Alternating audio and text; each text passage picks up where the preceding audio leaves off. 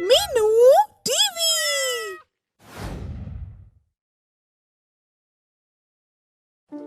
भूतिया सास। नई नई शादी होने के बाद राधा बहुत खुशी से अपने पति श्याम के साथ अपना जीवन गुजार रही थी।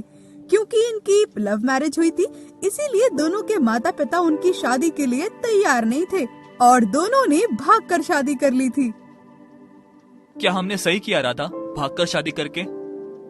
अब हमें ऐसा करना तो नहीं चाहिए था, लेकिन हमारे माता पिता मान भी तो नहीं रहे थे ना। हाँ, पर हम उन्हें जल्दी ही मना लेंगे। हाँ जी, बिल्कुल ऐसा ही होगा। आप बिल्कुल चिंता मत कीजिए। शादी को लगभग 1 साल होने आया था। राधा के माता पिता ने उनकी शादी को स्वीकार कर लिया था, लेकिन श्याम की माँ इस रिश्ते से बिल्कुल भी खुश नहीं थी। उनको तो हमेशा से अपने पसंद की बहू चाहिए थी। हम चाहे कितनी भी कोशिश क्यों ना कर लें, लेकिन आपकी माँ तो मुझे बिल्कुल भी पसंद नहीं करती हैं। पिताजी भी मान गए हैं, पर माँ है कि जिद नहीं छोड़ रही। तुम चिंता मत करो, वक्त के साथ सब कुछ ठीक हो जाएगा। अब वो तो मेरी शक्ल तक नहीं देखना चाहती। एक दिन श्याम ऑफिस से जल्दी घर आ जाता है। अब क्या हुआ? आप बहुत परेशान लग रहे हैं। पिताजी का फोन आया था, माँ का स्वर्गवास हो गया है। हे भगवान, फिर तो हमें वहाँ पर जल्दी जाना चाहिए। हाँ, तुम अपना सामान बांध लो, हम निकलते हैं जल्दी ही। श्याम और उसकी पत्नी गांव के लिए निकल जाते हैं और वहाँ पहुंचकर श्याम अपनी माँ को श्रद्धांजलि अर्पित करता है। पिताजी, माँ की तबीयत अचानक कैसे खराब हो गई इतनी? बेटा, तुम तो अपनी माँ को जानते ही हो, कितनी जिद्दी थी। मैंने कितना कहा कि मैं बहू और श्याम को बुलवा लूं, पर उसने मेरी एक नहीं सुनी। सासू माँ ने तो हमें कभी माफ किया ही नहीं। तुम्हारी सास बहुत जिद्दी थी बहू, उसने आज तक अपनी सास की भी नहीं सुनी, तो तुम्हारी क्या ही सुनती। और ये सुनकर तीनों लोग हंस देते हैं। चलो तुम दोनों आराम कर लो, थक गए होंगे।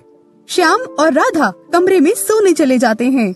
श्याम और राधा सो ही रहे होते हैं कि तभी आधी रात को किसी के जोर जोर से चिल्लाने की आवाज आती है। तो राधा अचानक से उठ जाती है और बाहर आकर देखती है। जैसे ही वो बाहर आती है, तभी एक साड़ी पहने पता नहीं कोई बहुत डरावनी सी औरत उससे कहती है, मैं तेरा जीना मुश्किल कर दूंगी, नहीं छोड़ूंगी तुझे। और ऐसा सुनकर राधा जोर जोर से चिल्लाने लगती है और अंदर भाग जाती है और अपने पति श्याम को उठाती है। अरे क्या हुआ, इतना घबरा क्यों रही हो? अरे बाहर कोई साड़ी पहने वाली चुड़ैल थी। ये सुनकर श्याम बाहर आकर देखता है तो वहाँ पर कोई भी नहीं होता, बल्कि सब कुछ बहुत शांत होता है। तुमने कोई बुरा सपना देखा होगा राधा। नहीं जी, वो यहीं पर थी। ऐसा कुछ नहीं है राधा, ये जगह नहीं है ना तुम्हारे लिए, इसलिए अजीब अजीब ख्याल आ रहे हैं तुम्हें। चलो सो जाओ। हाँ, शायद मैं ही कुछ ज्यादा सोच रही हूँ। राधा सुबह अपने बिस्तर पर सो रही होती है कि तभी कोई सवेरे सवेरे उसके मुंह पर पानी फेंक देता है और राधा अचानक से उठ जाती है। अरे ये मुझ पर पानी किसने फेंका? अब पूरा गीला कर दिया मुझे, तो अब तो नहाना भी पड़ेगा। और उसके बाद राधा चाय बनाने के लिए रसोई घर में आती है कि तभी चाय का पतीला अपने आप गिर जाता है। अरे ये पतीला अपने आप कैसे गिर गया? ये हो क्या रहा है? चाय बनाने तक तो आती नहीं तुझे, घर कैसे संभालेगी तू? अब कौन है? कौन बोला?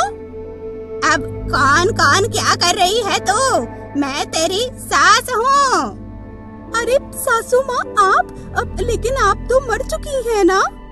और तभी चुड़ैल सामने आ जाती है। हाँ, अब मर तो मैं गई हूँ, लेकिन तुझे देखकर मेरी आत्मा को चैन कहाँ आ रहा है? अब तो बताइए कि आखिर मैं आपकी आत्मा की शांति के लिए क्या करूँ? अब तो तुझे वही करना पड़ेगा जो मैं कहूँगी, और खबरदार जो किसी से कुछ भी बताया तो। अब जी ठीक है सासू माँ। राधा को ये पता चल गया था कि उसकी सास चुड़ैल बनकर उसे बहुत परेशान कर रही है, लेकिन उसने भी अपनी भूतिया सास को खुश करने का फैसला कर लिया था। उसकी भूतिया सास उसे बहुत परेशान करती, उससे सारे घर का काम करवाती, उससे अलग अलग तरीके का खाना बनवाती और तो और सुबह सुबह उसके मुंह पर पानी डालकर उसे उठाती। राधा, तुम इतना सब क्यों कर रही हो? थोड़ा आराम भी कर लिया करो। अब कोई बात नहीं जी, अब ये भी तो मेरा ही घर है ना। काश तेरी सासू माँ ये देख पाती कि उसे कितनी अच्छी बहू मिली है। अब पिताजी, सासू माँ हमें कहीं न कहीं से तो देख ही रही होंगी।